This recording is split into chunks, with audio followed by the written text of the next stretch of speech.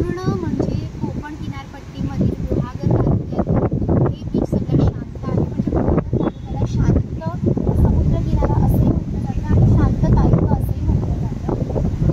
So असाच समुद्र किनारा मी पाहायला आलेली आहे. आज एक्सप्लोर करणार आहे. पाठीमागे बघताय मस्त नारळ पोफळीच्या बागा आहेत आणि त्याच्यामध्ये खूप सुंदर असा समुद्र आहे. वातावरण पण इतकं छान झालेलं आहे बिकॉज पावसाचं वातावरण आहे आणि सध्या तर इकडे पाऊस नाही आहे.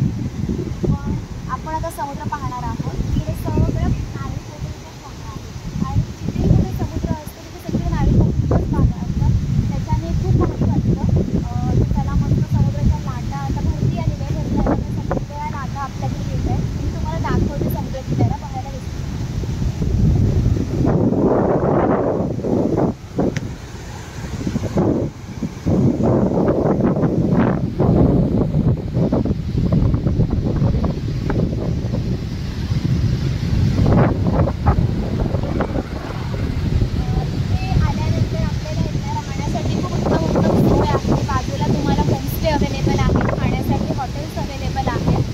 लोकल असतात तर राहायची गरज नाही. पण तुम्ही टुरिस्ट असाल, बाहेरून येत असाल तर आपल्याला राहण्यासाठी खूप चांगले होमस्टे आहेत.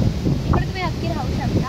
आता मी तुम्हाला माहिती तर दिलेली आहे. समुद्र किनारा पाहायला पूर्ण वारा आला आहे. कारण समुद्र म्हटल्यानंतर वारा हा येणारच आणि त्याशिवाय समुद्राला म्हणतात ना एक मला पर्टिक्युलर शब्द आठवत नाही आहे पण मजा येत नाही समुद्र बघण्याची या वाऱ्याशी.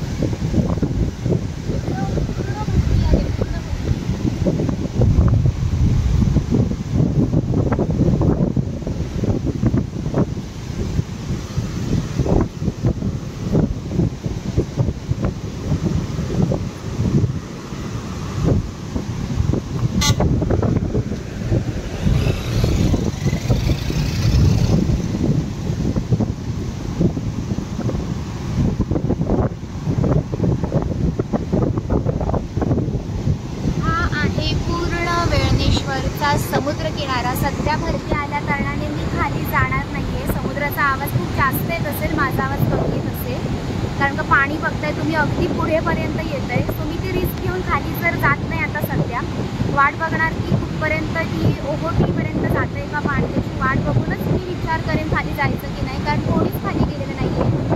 सकाळच्या वेळेला भरती असते म्हणून कोणी खाली जात नाही सहसा. सगळे वरतूनच समुद्रकिनाऱ्याचा आनंद घेतात. हे पाठीमागं पूर्ण नारळी पोफळीच्या बागा आहेत. सर्व नारळ आहेत. बाजूला होमस्टे आहे. त्याच्यानंतर जेवणाची उत्तम सोयीसाठी ही कल्पतरू सगळ्यात बेस्ट आहे. बघा इथे दिसते आपल्याला कल्पतरू आहे. इथे राहण्याची आणि शुद्ध शाकाहारी जेवण मिळतं. खूप छान आहे. समुद्रकिनारा जवळचंच आहे हे. सकाळ सकाळ खूपच जास्त उत्तम वाटतं इथे आल्यानंतर.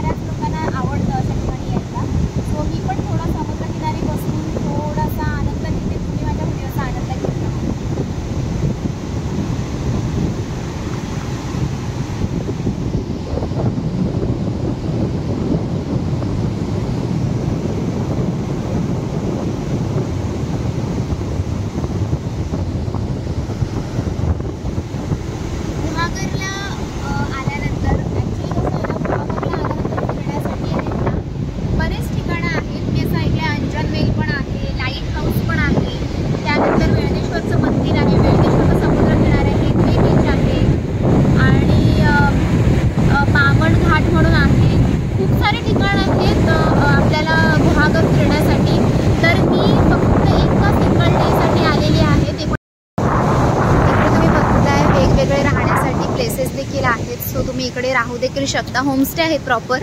तर इकडे राहण्यासाठी उत्तम सोय आहे. आणि हे कल्पतरू म्हणून आहे ना इकडे स्पेशली आता सध्या आपल्याला व्हेज खायला मिळतं, शुद्ध शाकाहारी. तर इकडे तुम्ही व्हेज पण खाऊ शकता. चला या मस्त बागांमधून आता मी चालली आहे. थोडा वेळ मी फिरत होती, बीच बघितला, त्याच्यानंतर वेणेश्वरचं मंदिर देखील पाहिलं आणि पाऊस नव्हता, पण आत्ता थोडा थोडा पाऊस दिसतोय, त्याच्यामुळे लवकरात लवकर मला अडूरला जायचं आहे. अडूरवरून माझं काम आहे, तिकडे देखील मी जाणार आहे. आम्ही चाललोय दोघं जण.